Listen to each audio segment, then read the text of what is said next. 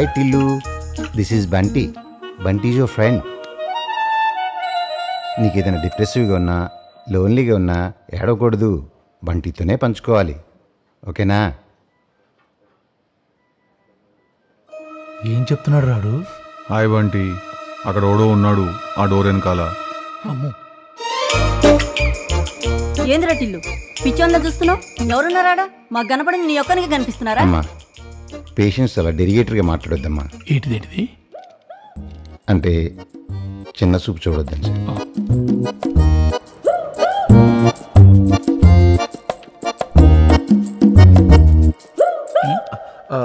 అదే మీ అబ్బాయి ఎలా ఉన్నాడండి? 1 వీక్లో డిశ్చార్జ్ చేస్తామన్నారు, తీసుకెళ్ళిపోతాం. ఏమైంది పిల్లడికి? లేచిండే? లేచిండు, వాలీబాల్ ఆడుతున్నాడు. పోయి స్కోర్ రాసుకొని రాపో. Nice joke. నన్ను ఏమన్నా మాట్లాడమంటారా మనోడితో? ఏం మాట్లాడతారండి? గతం మర్చిపోయినంత ఏం మాట్లాడతారు? ఏమైంది? గతం మర్చిపోయిండు, పిల్లగా నెత్తికి దెబ్బ తగిలింది, అగ వస్తున్నాడు.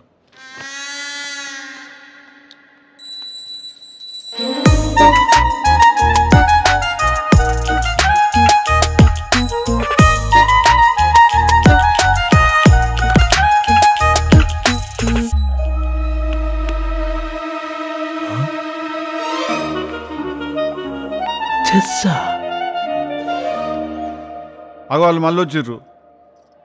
అగో గతం మర్చిపోయిన పేషెంట్ మైండ్ తెల్లకాయతం లాంటిది. రెడ్ పెన్తో రాస్తే రెడ్గా, గ్రీన్ పెన్తో రాస్తే గ్రీన్గా ఉంటుంది సార్. మరి ఇప్పుడు ఏ పెన్తో రాద్దామంటావు? అట్లా కాదు సార్. ట్రామాటిక్ ఇంజ్యూరీ అయిన పేషెంట్కి ఇల్యూజన్ జరిగే ఛాన్సెస్ ఉన్నాయి. తనతో మనమే స్ట్రింజెంట్గా ఉండాలి. డాక్టర్, నేను నీతో ఒక విషయం నిజాయితీగా చెప్పాలనుకుంటున్నా. ప్లీజ్. ఈ హాస్పిటల్కి వచ్చినప్పటి నుంచి నువ్వు చెప్పిన ఒక్క ముచ్చట కూడా నాకు అర్థం కాలే. రియలీ? ఒక పని చేద్దామా? నువ్వు అవతలికి పోయి ఎవరన్నా తెలుగు తెలిసిన డాక్టర్ని ఇక్కడికి పంపిస్తావా? అలా కాదు sir, is my first patient. అంటే మా పిల్లగానే నువ్వు ప్రాక్టీస్ చేస్తున్నావు డాక్టరీ అంతా?